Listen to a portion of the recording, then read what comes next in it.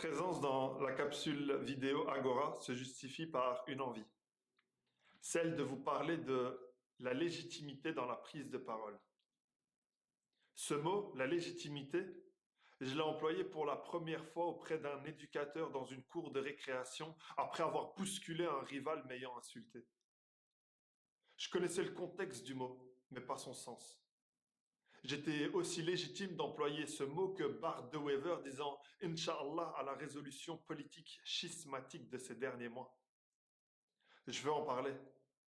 Je veux en parler car j'ai la sensation que l'éducation nationale m'a tracé un chemin tout fait. Le destin, diront certains. Moi, je le vois comme un tour de manège où la boucle bouclée limite la créativité ainsi que l'initiative intellectuelle. Le concept de légitimité à mes yeux se lit dans les yeux des autres, d'un être hiérarchique supérieur, plus sage, plus expérimenté, qui lui-même a acquis sa légitimité de l'un de ses aînés.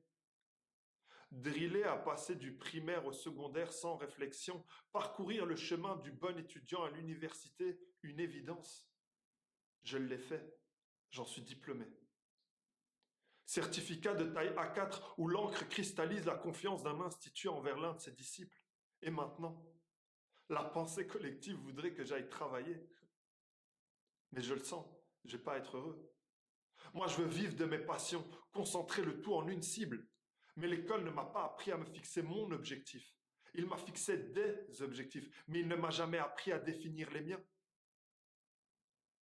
J'aurais aimé qu'au cours de notre éducation, nous puissions affiner notre cursus en fonction de notre ressenti de l'instant. Réfléchis et puis dis-moi, tourne ta langue 7 fois dans ta bouche sont des expressions qui font que nos paroles sont réfléchies et non instinctives. Là où l'Europe nous forme à devenir quelqu'un au travers de la réflexion et l'étude, les États-Unis accordent la liberté à l'envie. If you can do it! Même si certes, avec le président américain actuel, on aurait aimé qu'il réfléchisse un peu plus parfois. Si demain je souhaite innover dans la mode, mon parcours de vie m'en empêchera. Si demain je souhaite innover dans la médecine, ma jeunesse inexpérimentée me discriminera de ce milieu. Et pourtant, quand même, Mbappé, on ne parle pas d'âge.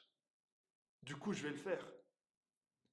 Qu'un chirurgien ait besoin d'une légitimité pour opérer, là, nous sommes tous d'accord.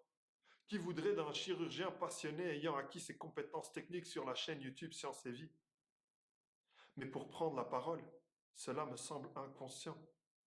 Il faudrait voir la légitimité comme un passeport tamponné de compétences acquises, garantissant la survie morale de l'autre.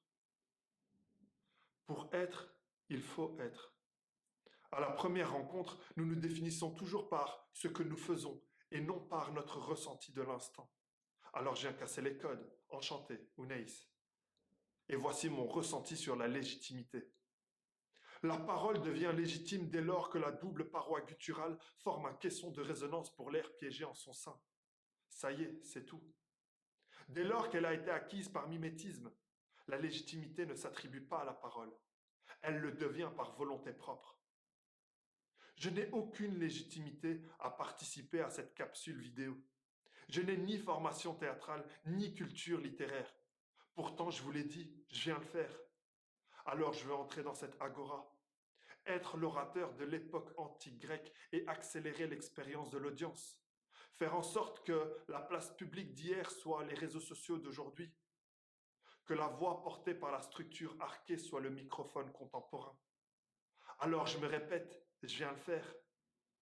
Est-ce que ma passion n'est-elle pas suffisante pour être légitime dans ma prise de parole ce soir?